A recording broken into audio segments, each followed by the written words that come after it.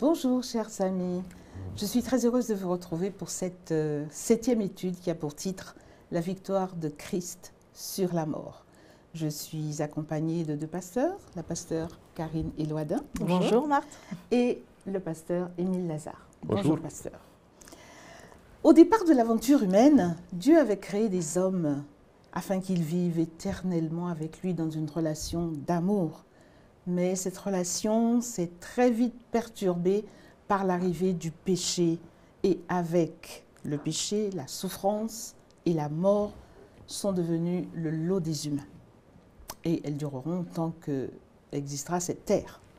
L'étude que nous allons commencer nous fait entrevoir, au-delà de la mort, l'espérance qui nous est offerte à travers Jésus-Christ, celui qui a vaincu la mort. Mais auparavant, avant de commencer cette étude, nous allons prier avec Karine. Prions.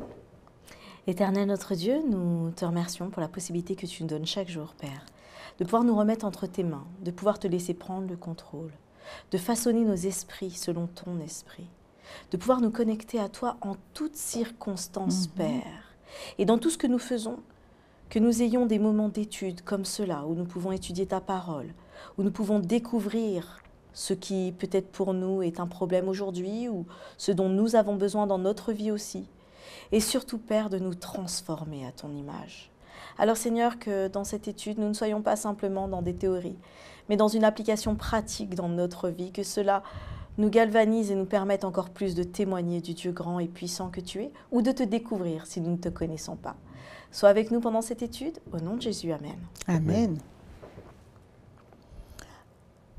Dans le monde chrétien, on parle volontiers de la mort de Jésus comme élément essentiel dans le processus du salut de l'homme. Mais sa résurrection n'est-elle pas tout aussi importante? Qui est-ce qui veut commencer? Je commence, je vais commencer. Alors c'est vrai que, si on considérait la mort que d'un point de vue unique, en soi, ça aurait peu d'importance. Oui, ce qu'il a fait sur Terre serait important, mais ça le relèguerait simplement au rôle de prophète, parce qu'il y en a beaucoup qui sont morts avant lui, et même après lui. Et plein de différents prophètes dans d'autres religions sont ainsi morts. Mais cette différence qu'a fait Jésus, c'est justement de pouvoir, non simplement, et on le verra par la suite, ressusciter des personnes, mais être ressuscité lui, celui qui est venu.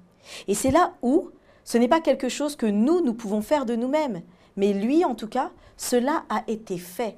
Et cette résurrection, on pourra en parler dans les détails, mais ce mot seul, en fait, veut dire un éveil, une nouvelle lumière, un appel nouveau. Et c'est ça, en fait, qui va être fort pour nous, c'est que si lui, en fait, a pu vaincre la mort, c'est-à-dire non pas simplement la mort physique, parce qu'il y a la mort physique quand on est ressuscité, mais il y a aussi la mort éternelle, c'est-à-dire celle qui faisait qu'à tout jamais, en fait, les personnes seraient perdues. Il a vaincu, en fait, cela. Il a vaincu toute chose pour apporter une vie éternelle.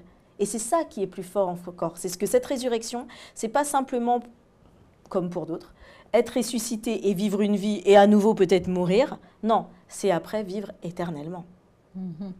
Il a transcendé, en fait, tout le vécu humain, tout ce que nous appelons chair, tout ce qui est de notre entendement, il l'a transcendé, en fait. Il est éternel. Bon, le christianisme, si on lui retire ce fait qui est raconté par les évangiles comme un fait historique, la résurrection de Jésus-Christ, si on retire ça du christianisme, le christianisme est totalement vide. C'est juste une philosophie de vie, une sorte une utopie qu'on peut présenter aux autres, mais sans aucun espoir. C'est ça qui donne l'espoir pour quelqu'un qui choisit d'être chrétien, c'est cette vérité extraordinaire que Jésus, non seulement il a vécu, comme il a enseigné des choses qui sont extraordinaires, qui nous élèvent dans cette vie, mais il nous a donné un espoir pour la vie. Et comme Karine disait, c'était la vie éternelle qui est derrière ce sujet de la résurrection de Jésus-Christ. D'ailleurs, dans Apocalypse 1er, donc le dernier livre de la Bible, au verset 17, Jésus déclare même verset 17. J'étais mort et voici je suis vivant au siècle des siècles. Je tiens les clés de la mort et du séjour des morts. Alors revenons sur les circonstances justement de la résurrection de Jésus.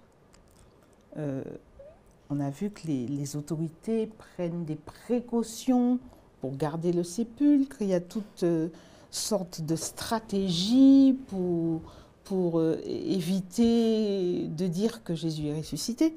Mais malgré tout cela, eh bien, les faits sont là.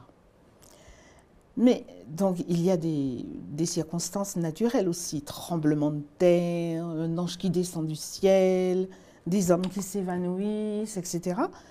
Mais je constate que même parmi les disciples, il y en a qui ont du mal à croire à la résurrection de Jésus. Comment ça se fait? Parce que la mort sur la croix c'était une mort atroce. Et imaginez-vous ces disciples qui regardent tout le jour de vendredi Jésus en train d'agoniser sur la croix. Je crois que derrière, dans leur esprit, il y avait cette idée qu'à un moment donné, Jésus fera un dernier miracle. Il va descendre de la croix et il va montrer ce qu'il est vraiment. Et le soir du vendredi, quand ils ont vu que Jésus il est bien mort, qu'on l'a mis dans le tombeau et que la nuit passe, le lendemain c'est le sabbat et rien ne se passe, donc quand ils ont vu qu'il est bien mort, ils ont tout du mal à croire après. Parce que c'était quelque chose d'inimaginable quand ils l'ont vu dans la manière dont Jésus il est mort. Il n'y avait pas dans leur tête l'idée que Messie va mourir, et parce qu'il n'y avait pas cette idée, il n'y avait pas l'idée que Messie va ressusciter, même si Jésus les a prévenus de toutes ces choses-là. C'est curieux que ce sont les grands sacrificateurs et les pharisiens, les ennemis de Jésus, qui se rappellent de cet enseignement, et pas les disciples. Et quand le lendemain, quand dimanche matin, ils sont allés au tombeau, les femmes sont allées au tombeau pour préparer mieux le corps, parce qu'ils n'ont pas eu le temps nécessaire de préparer le corps, parce que c'était vendredi soir, c'était le sabbat qui commençait. Bon, ils sont allés le dimanche matin, juste pour préparer le corps, pour que Jésus soit comme ça, enterré d'une manière digne. C'est tout. Oui, alors, j'aimerais ajouter par rapport à ça, en fait, après, que ce soit dans les évangiles de Matthieu, Marc, Luc, on se rend compte, et même Jean, on se rend compte qu'il n'y a pas tout à fait exactement les mêmes noms qui sont dits des disciples présents. Mais il semblerait qu'ils ne soient pas tous présents, en tout cas. Qu'il y ait, en fait, il y a Marie de Magdala, la mère de Jacques, il y a Jacques, en fait, il y a des personnes qui sont là, mais pas tous les disciples. Donc, la première chose déjà, c'est, on voit ce Jésus qui se fait arrêter, qui ne se défend pas, qui est amené, puisqu'on voit nous on entend parler de Pierre, jusqu'à ce que Pierre en fait renie Jésus 3 fois, et ensuite s'en va. Mais après on ne le voit plus, jusqu'à ce qu'après Marie vienne reparler aux disciples pour leur dire qu'elle l'a vu. Et en fait, on se rend compte à ce moment-là que, est-ce que même ils étaient là tous? Donc ils l'ont vu en fait se faire attraper, se faire en fait maltraiter, se faire fouetter, se faire juger, emmener à la crucifixion. Ils ont su qu'il est mort. Ils ont pu entendre effectivement tremblement de terre et des choses qui sont passées, mais eux n'ont pas vu les sépulcres s'ouvrir non plus, puisque c'est un des passages aussi qui, au moment de la résurrection, dans Matthieu 27, à partir des versets, notamment vers les versets 50 et quelques. Donc en fait, à cette question-là, croire que Jésus est vivant, mais ça demande une telle foi qu'il a été ressuscité. On rappelle que ce n'étaient pas tous les Juifs qui croyaient à la résurrection, aussi en plus.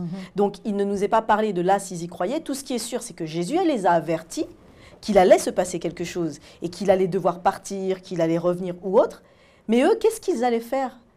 Moi, je me mets juste à leur place. Pendant tout ce temps-là, 3 ans, ils ont accompagné le maître Rabbi. Ils l'ont même reconnu comme fils de Dieu, fils du Dieu vivant. Ils l'ont aidé dans tout. Ils lui ont dit même à cette sainte scène, en tout cas même avant certains, qu'ils iraient jusque, quel que soit l'endroit où ils iraient, ils le défendraient. Et là, en fait, quand il a fallu le défendre, ils n'ont pas été là. Quand en plus, ils allaient le couronner roi, parce qu'il allait en fait faire terminer cette autorité, en fait, cette suprématie des Romains. Il était venu, il a été accueilli comme le roi des Juifs. En fait, il allait prôné, il allait les libérer. Mais là, en fait, tout est perdu. Et vous savez, ça me fait penser comme quand on a des expériences. On est tous là quand ça se passe bien. Jésus, Amen, tu es dans ma vie, gloire à Dieu, il s'est passé ça. Et il suffit qu'on perde un enfant, qu'on perde sa situation professionnelle. Et là, on n'arrive plus à voir Jésus, en fait. On se demande même, mais en fait, il est où? Parce qu'il est censé être là. Et là, ça demande une expérience de foi. En tout cas, ils n'étaient pas là quand... Et en plus, même, on dit qu'elle ne l'a pas reconnu, Marie, quand il s'est présenté à elle. Ça veut bien dire que ça demande une expérience de foi ou une relation particulière pour, comme on dit, comprendre que c'est Jésus qui est en face de toi. Et là, eux, clairement, leur cœur n'était pas sur ça. Peut-être est-ce pour cela qu'il a dû se présenter, apparaître à plusieurs reprises. Oui. Et même, Paul nous dit, à plus de 500 frères. Oui. Il y a une réaction normale. Ouais. Quand tu as une conviction forte, et on ne peut pas dire que les disciples n'ont pas eu la conviction forte que Jésus était Messie. Le libérateur. Ils ont dit ça. Ils ont vécu avec ça. Et ce jour de vendredi, tout s'est brisé. Tout s'est brisé, 1000 morceaux. Et quand tu es passé comme ça de cette conviction à un désespoir total, tu as peur de croire, de revenir à l'espoir d'avant. Tu as peur parce que tu as peur que tu seras de nouveau brisé et que tu ne supporteras pas que tu seras déçu encore une fois dans ta conviction. C'est pour ça que le jour du dimanche, le premier jour de la semaine, il y a les femmes qui viennent. Les premières qui apportent la bonne nouvelle, ce sont les femmes. Mais une femme n'est pas crédible. Oui, ça c'est très important. Et les gens disent que les femmes ont perdu leur tête, qu'il y a des hallucinations, peut-être. Et seulement le soir, il y a ce témoignage. D'abord, il y a cette route que Jésus fait avec les 2 disciples d'Emmaüs, peut-être un homme et une femme. Il est possible que Cléopas, il était avec sa femme, qui était en train de se rendre chez eux, de Jérusalem à Emmaüs. Jésus les rencontre, leur donne le témoignage qu'il est vivant. Les 2 s'enfuient vers Jérusalem. Entre-temps, Jésus, il entre sans que la porte soit ouverte. On voit cette fois un autre Jésus. Ce n'est pas Jésus d'avant la crucifixion, c'est un Jésus qui est glorifié. C'est un Jésus qui a tous les attributs de Dieu. Il entre chez eux, sans problème, ils se mettent là-bas, et c'est une présence claire, nette, physique de la part de Jésus parmi les disciples. C'est à ce moment-là que les 2 arrivent, déjà ils ont tout le témoignage de la présence de Jésus. C'est comme ça que on peut dire l'espérance la plus folle qui existe commence. Et après, on voit plusieurs témoins qui voient Jésus vivant pendant les 40 jours qui ont suivi. Et ces choses-là, Jésus les a fait pour installer cette foi, cette conviction qu'il est ressuscité. Donc le christianisme ne part pas en route la prédication de l'évangile qui va commencer à partir de la Pentecôte, part avec une certitude. La résurrection n'est pas une espérance, n'est pas quelque chose qu'on s'est imaginé, non, c'est une certitude qui a comme base plus de 500 témoins derrière.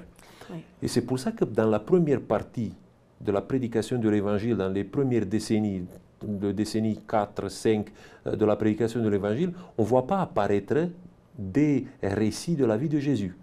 Pourquoi? Parce que les témoins sont en vie. Parce qu'on n'a pas besoin que quelqu'un mette par écrit l'histoire de Jésus, la résurrection de Jésus. On a partout dans l'église chrétienne répandue ces témoins qui peuvent venir vous raconter comment ils ont vu la mort et la résurrection de Jésus. C'est un peu plus tard, quand les témoins de la résurrection commencent à se raréfier, c'est à ce moment-là qu'on commence à mettre par écrit, par des témoins oculaires, cette histoire de Jésus. Mais bon, c'est pas dans la 2e ou la 3e génération, c'est toujours dans la première génération des témoins oculaires. Et ce que tu dis, en fait, ça me rappelle aussi, c'est dans le film Jésus l'enquête, en fait, qui est une histoire vraie, en fait, d'un athée journaliste qui va vouloir prouver à sa femme que Jésus existe. Il va chercher des preuves, ou en tout cas qu'il n'existe pas, puisque elle se met à vouloir suivre Jésus. Et quand il va aller voir des psychologues, des médecins et autres, mais très haut placés pour avoir en fait cette preuve en fait que c'est une hérésie, que c'est en fait ça a été manipulé, c'est une histoire racontée. Moi, ce que j'aime beaucoup sur cette résurrection, c'est qu'ils vont dire, et un psychologue qui est très renommé et agnostique, donc qui ne croit pas en fait en Dieu, va lui dire. Parce qu'il va dire, oui, mais ces 500 témoins là, qui l'ont vu après sa résurrection, en fait, on pourrait se dire que c'est une hypnose, que ça a été tous une hallucination. Elle a dit, écoutez, l'hallucination existe pour un groupe de personnes au même endroit. Ce serait peut-être possible. Mais là, 500 à des endroits différents, à des lieux différents et dans des temps différents, elle dit, non, là, ça devient très compliqué, même pour elle, de prouver et de dire que ça ne s'est pas passé. Donc, en fait, c'est ça qui est fort, c'est qu'on se rend compte que même si nous, aujourd'hui, des fois où certaines personnes se diraient qu'on peut en douter, Jésus, Dieu avait tout mis en place pour qu'on puisse se dire non, ça s'est vraiment passé. Ça s'est passé. Et outre le fait qu'il y ait, dans Matthieu 27, moi c'est toujours ça qui m'a touchée dans la crucifixion et la résurrection de Jésus, c'est ces tombeaux qui se sont ouverts et qui sont montés avec Jésus. Justement, alors on va en parler. Jésus dit, l'apôtre Paul, dans 1 Corinthiens 15, verset 20, nous dit, je lis, maintenant Christ est ressuscité des morts, il est les prémices de ceux qui sont morts. Pourquoi prémices? Car Jésus n'a pas été le premier à être ressuscité. Ah oui, non, pas du tout. Hein. Tu veux commencer? Bon, je voulais faire une liaison avec qu'est-ce que c'était les prémices. Quand les Israélites sont entrés dans le pays de Canaan, quand Dieu a accompli la promesse, parce que pendant 400 ans, les héritiers d'Abraham, ils ont vécu avec cette promesse qu'un jour, Dieu va leur donner pleinement le pays de Canaan. Et quand ils se sont installés dans le pays de Canaan, Dieu les a dit, écoutez, pour montrer votre gratitude, pour avoir comme ça le témoignage que j'ai rempli bien ma promesse, vous prenez les premiers fruits de vos arbres, de tout ce que vous avez cultivé ici, et vous les apportez, et vous vous réjouissez de ça, et comme ça, d'une manière palpable, vous pouvez témoigner que vous êtes à la maison, que ma promesse que je vous ai faite s'est réalisée. Eh bien, la résurrection de Jésus, c'est cette promesse que Dieu nous a faite de nous donner la vie éternelle. C'est ça qu'il nous dit, qu'un jour le problème du péché sera réglé, que nous serons rétablis dans la relation avec la divinité totalement et que la vie éternelle est à nous. Et Jésus, ce sont les prémices. C'est la preuve que nous sommes maintenant sur la bonne route, nous sommes, si vous voulez, à la maison, d'une manière. On n'est pas nous sommes toujours là. Mais quelqu'un de chez nous, quelqu'un qui s'est totalement identifié avec nous, qui est chair de notre chair, il est maintenant le témoin et il est maintenant à la maison et nous attend. Et il n'est pas seul. Parce que la Bible nous parle du fait qu'au moment de la résurrection de Jésus, il y a d'autres petites prémices qui se sont ajoutées à Jésus et qui ne sont pas mortes, qui ne sont pas rentrées dans le tombeau. Et certainement, moi je crois qu'ils sont dans le ciel. Et je vous dis pourquoi. Parce que quand tu vas dans le livre de l'Apocalypse, même si dans le livre de l'Apocalypse, il y a beaucoup de tableaux symboliques, il y a dans le livre de l'Apocalypse, il y a un tableau où on nous présente 24 vieillards qui sont autour du trône de Dieu. Et ces vieillards, tous, on nous dit qu'ils ont des couronnes sur leur tête. Et le mot grec pour la couronne là-bas, ce n'est pas diadéma qui est la couronne du roi, mais c'est Stéphanos. C'est la couronne dont l'apôtre Paul parle, qu'on va recevoir tous à la fin de notre course. Donc, toujours je me suis posé la question, mais qui sont ces 24 vieillards? Pourquoi ils sont là? Pourquoi ils sont déjà là autour du trône, même si toute l'humanité n'est pas là encore? C'est juste pour nous garantir que nous il y a des prémices autour de la grande prémisse des grandes prémices qui est Jésus-Christ. Oui, alors c'est vrai que cet aspect, c'est un des aspects aussi qui est beau dans cette image, et toujours sa question des 24 vieillards. Et il y a quand même eu, outre, donc tu l'as mentionné, c'est dans Matthieu en fait 27, à partir du verset 52, les sépulcres s'ouvrirent et plusieurs corps des saints qui étaient morts ressuscitèrent, étant sortis des sépulcres après la résurrection de Jésus, ils entrèrent dans la ville sainte et apparurent à un grand nombre de personnes. Il y a cela, mais cela c'est au moment de la résurrection, mais il y en a quand même eu avant. Parce qu'il y a eu, donc, 1 Roi 17 nous parle de la veuve, du fils de la veuve de Sarepta, qui a été ressuscité. Il y a aussi, donc, dans 2 Rois 4, le fils de la Sunamite, ressuscité aussi. Il y a aussi 2 Rois 13, l'homme enterré près d'Élysée, qui, quand ses os, en fait, l'ont touché, il a ressuscité. Il y a le fils de la veuve de Naïm aussi, dans Luc 7, 13. La fille de Jaïr, Luc 8. Et enfin, Lazare. Ouais. Donc, en fait, il y a beaucoup d'autres personnes qui ont été ressuscitées avant que Jésus, en fait, ne soit ressuscité. Mais c'est comme si, alors, dans ces exemples qui sont donnés, on montre à quel point la résurrection était déjà possible, alors que pour certains, elle n'existait pas. Mais Jésus, lui, n'a pas été que ressuscité par la force d'un prophète qui est venu ou autre. C'est ça la grosse différence, parce que lui a été ressuscité par Dieu lui-même. Il est Dieu et il est ressuscité. En fait, c'est fort de se dire, c'est un peu comme Jean 1 qui nous dit que la parole s'est faite chair.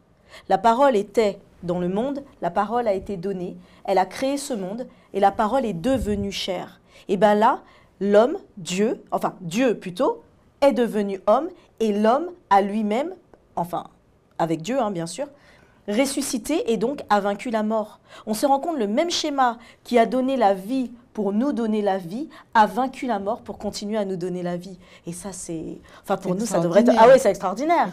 Pour nous ça nous donne une espérance. Et cela appuie bien donc la déclaration de Jésus dans l'Apocalypse qui a été lue au début. J'étais mort et je suis vivant au siècle des siècles. Ouais. Déclaration de Jésus. Et une dernière question, que le temps passe. Après la résurrection de Jésus, nous voyons qu'il portait encore des marques de la crucifixion, puisqu'il dit à Thomas de mettre sa main dans son côté, etc. Alors, est-ce que c'était normal et qu'est-ce que ça représente pour nous ? Oui, alors ces marques, ce mot qui est souvent utilisé aussi dans le contexte religieux, ce sont les stigmates. Ce sont ces marques qui... Alors, moi j'ai beaucoup aimé parce qu'il y a plusieurs, en tout cas, études dessus, entre les 5 marques ou les 7 marques, les 5 ou les 7 plaies. Et donc, on parle, celles qu'on connaît plus communément, en fait, les 2 mains, les 2 pieds et le flanc de Jésus. Oui. Mais certains aussi parlent de ces marques qu'il y avait aussi sur son front liées à la couronne, en fait, les couronnes d'épines qu'on lui avait mis. En tout cas, ces marques, c'est vrai qu'on pourrait se demander si son corps a été recréé, ou en tout cas qu'il est réapparu et que maintenant il est éternel, pourquoi garder cette signification ? Et ce qui est fort, c'est que c'est surtout en fait quand le disciple en fait lui dit, en fait j'ai Didyme en tête, le disciple qui lui dit qu'en fait il ne croit pas, Thomas voilà, merci, qui lui dit en fait qu'il ne croit pas tant qu'il dit aux autres disciples il ne croit pas tant qu'il n'aura pas vu ces marques. Et ce qui est fort en fait, c'est que le témoignage de ces marques, c'est surtout montrer comment ces souffrances ont été éradiquées au moment de cette croix et de cette résurrection. À la résurrection, les souffrances qui resteront éternelles et que nous verrons à jamais, nous rappellent comment lui, qui était Dieu, qui avait tout, a accepté de venir pour nous dans la même condition pour te sauver en fait. Et une image que j'aime beaucoup liée à la croix, et je me la rappelle souvent quand je vois une croix, parce que la croix, après je pense Émile, en plus toi tu pourras le développer aussi bien là-dessus, la croix c'était quand même quelque chose de maudit en fait, le bois, d'être pendu au bois c'était maudit. Donc c'est pas quelque chose à la base qu'on devrait glorifier et avoir nécessairement des croix ou des choses en bois sur nous. Mais par contre, moi l'image de voir en fait ces mains clouées, les mains qui ont guéri, qui ont sauvé, les mains qui ont été tendues, de voir ses pieds qui allaient en Samarie, dans toute la Judée, cloués aussi, de voir qu'il avait une couronne de lumière et qu'on lui met une couronne d'épines, qui sont les ronces en fait, tout ce qui pollue, tout ce qui obstrue, enfin, tout ça, il l'a vaincu pour moi. Et aujourd'hui, il peut à nouveau... Il les a subis volontairement. Il les a subis volontairement. C'était vraiment pour nous montrer, je le fais pour toi. Et ça, aujourd'hui, il peut à nouveau tendre les mains pour me sauver, avancer ses pieds pour me guérir, pour me porter. Et la couronne, en plus, il me la donne. Ouais, je peux ajouter juste une chose. Vous savez, Jésus va porter tous ces éléments pour l'éternité, tous les stigmas. Et ça peut être un vaccin, un bon vaccin pour les gens qui vont vivre l'éternité. Parce que ça va nous rappeler toujours qu'on est là grâce à lui, grâce à sa souffrance. Et que le respect que nous devons avoir pour lui n'est pas seulement parce qu'il nous a sauvés, mais parce qu'il nous donne cette vie éternelle et nous serons dans l'éternité grâce à ça. Ça va nous rappeler toujours qui est derrière notre vie éternelle, notre possibilité d'épanouissement comme ça pour toujours. Et c'est très important de se rappeler ça. C'est la mémoire du salut qui sera gardée par ces éléments visibles qui seront sur le corps de Jésus. Nous ne porterons jamais dans l'éternité des stigmates ou des choses comme ça qui nous rappellent de notre vie difficile que nous avons tous. Il y a des gens qui ont été martyrisés, il y a des gens qui ont beaucoup souffert pour leur foi, mais aucun d'entre nous n'est mort pour se sauver. Nous sommes sauvés seulement grâce à Jésus. Et il faut rester avec cette mémoire pour toujours.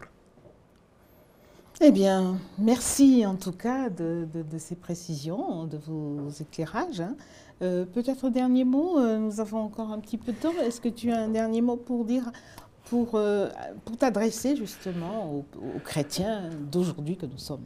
Ça tombe très bien, Marthe, parce que je me disais que en général, on sent quand on arrive à la fin de cette étude, et j'aurais vraiment voulu qu'on puisse prier pour nous, parce que c'est vraiment merveilleux ce que Dieu a fait par cette résurrection, mais aussi pour vous qui nous regardez, parce que peut-être que certains vivent des choses difficiles, ou peut-être justement parfois, comme les disciples, on ne voit pas Jésus, mais la résurrection, elle est réelle, et donc il nous apporte en fait cette vie éternelle, et surtout cette vérité, cette volonté, cette perspective que tu vas la traverser, cette épreuve. Tu vas la traverser et tu vas témoigner que je suis à tes côtés. Parce que je suis vivant. Parce que je suis vivant et éternellement. Donc, je prierai et après, Émile, je te laisserai faire ton dernier mot aussi. Bon, je voulais juste dire que c'est très important pour nous de se rendre compte que cette foi dans la résurrection ne se base pas sur un conte fantastique qui est né dans la tête de quelqu'un, mais sur des éléments qui ont été à leur temps, à leur époque, des éléments forts, qui n'ont pas pu être contredits. Imaginez-vous, dans le 1er siècle, avec un message qui était dans un monde de violence, où l'Empire romain était un empire terrible, qui cassait, qui détruisait tout. Tu viens avec un message un peu naïf, de l'amour pour les ennemis, de la fraternité totale, des choses comme ça. Ce message se perdait s'il n'avait pas derrière le témoignage fort de tous ces témoins de la résurrection. C'est la résurrection qui a été le moteur, ce qui a fait la différence, ce qui a incrusté le christianisme dans l'histoire de l'humanité. Sans la résurrection, il n'y avait pas la possibilité que ça peut créer un mouvement avec une telle ampleur qui arrive jusqu'à chez nous aujourd'hui. C'est pour ça que les gens qui se doutent aujourd'hui, parce qu'ils se disent il n'y a pas de témoignages, il n'y a pas de choses comme ça, mais quel témoignage tu veux encore de plus? Tu as les évangiles, tu as des épîtres, tu as des témoignages qui viennent parfois des historiens du 1er siècle, qui viennent des gens qui ont vécu au 1er siècle, qui parlent du fait qu'il y avait des gens qui prêchaient la résurrection du Christ, à l'époque déjà, et qui ont fait quand même un buzz, du bruit autour d'eux au 1er siècle, et qui ont inquiété les autorités. Qu'est-ce que tu veux de plus? Donc tout est fait pour que chacun croit. En fait. Oui. Tu voulais prier, Caroline? Oui, on va prier ensemble. Allez, priez. Éternel notre Dieu, merci. Toi qui es le Dieu saint, le Dieu 3 fois saint, Père. Tu nous as donné cette vie éternelle. Tu es venu, Père, toi-même en chair, pour pouvoir nous sauver éternellement. Et nous assurer que quel que soit ce que nous vivons actuellement, ou quel que soit ce que nous vivrons même quel que soit ce que vit notre entourage, dans le nom de Jésus-Christ, il y a une victoire Amen. éternelle. Alors Seigneur, d'ores et déjà maintenant, ouvre nos yeux à ta lumière. Remplis-nous de ton Esprit Saint, donne-nous de voir comme tu vois, et que Seigneur, nous puissions te reconnaître à chaque circonstance de notre vie, Amen. et que nous puissions témoigner que tu es vivant et que tu viens nous chercher. Au nom de Jésus, Amen. Amen. Eh bien, il ne me reste plus, chers internautes, qu'à vous dire à la prochaine fois. Si vous n'êtes pas encore abonné, hâtez-vous de le faire. Et surtout, likez le site de Adventiste FFN de façon à ne pouvoir rater aucune publication. Au revoir.